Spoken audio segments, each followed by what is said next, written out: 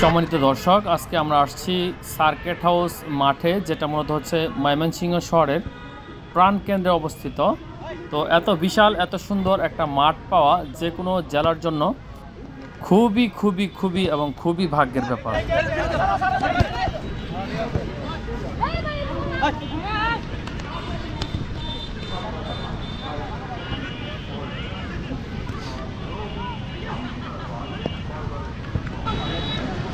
দর্শক, এই সেই মাঠ সার্কিট হাউস মাঠ, যেই মাঠে মূলত আমাদের দেশের কীর্তিমান অনেক ক্রিকেটার অনেক ফুটবলার তৈরি হয়েছে। তো এই মাঠে মাহমুদুল্লাহ রিয়াদ, মোহাম্মদ সানোয়ার এবং আবু হায়দার রনি, মুসাদ্দেক হোসেন তাদের মতো খেলোয়াড়রা কিন্তু এই সমস্ত পিচেই খেলে খেলে তারা বাংলাদেশ টিমে পার্টিসিপেট করেছে।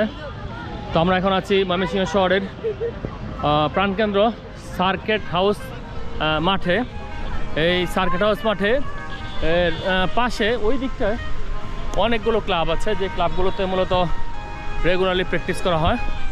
তো এখানে এই ছেলেরা প্র্যাকটিস করতেছে। তো এই পাশটা দিয়ে ফুটবল খেলা হচ্ছে। তো বিশাল একটা মাঠ, যেই মাঠের আসলে ক্রিকেট অবকাঠামো অতটা ভালো না হলেও কিন্তু এখানে কিন্তু অনেকগুলো ক্লাব রয়েছে, যেখানে রেগুলারলি ছেলেরা সবসময় প্র্যাকটিস করে। এবং এই মাঠে বড় ধরনের কোনো প্রোগ্রাম হলে, অনুষ্ঠান হলে সব কিছু কিন্তু এই মাঠেই হয়। তো যে জিনিসটা বলতে চাই, এই ধরনের মাঠে এই ধুলিকণা খেলে খেলে কিন্তু মাহমুদুল্লাহ রিয়াদরা আজকে বিশ্বকে কাঁপিয়ে দিচ্ছে। তো আমরা দেখি যে এখানে শিশুরা খেলতেছে।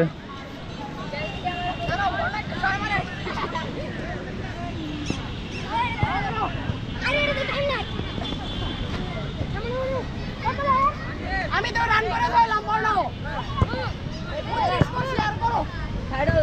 কত আগে কোন ক্লাব বাবা তোমরা?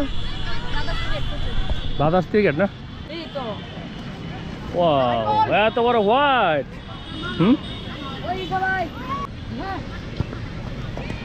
Wow, white white white white. তো দর্শক, আমরা দেখলাম এখানে ছেলেরা প্র্যাকটিস করতেছে। মূলত তারা কি বলে, তোমাদের এটার নাম কি? ব্রাদার্স ক্রিকেট না? আচ্ছা, ব্রাদার্স ক্রিকেট কোচিংয়ের মূলত এরা হচ্ছে সদস্য, তারা স্টুডেন্ট, এরা এখান থেকে প্র্যাকটিস করতেছে। তো এই ধরনের ক্রিকেট গ্রাউন্ডসে কিন্তু অনেকগুলো খেলা একসঙ্গে চালানো যায় এবং অনেকগুলো কোচিং স্টাফ সহ, কোচিং ফ্যাসিলিটি সহ অনেকগুলো এখানে প্রশিক্ষণের ব্যবস্থা রয়েছে।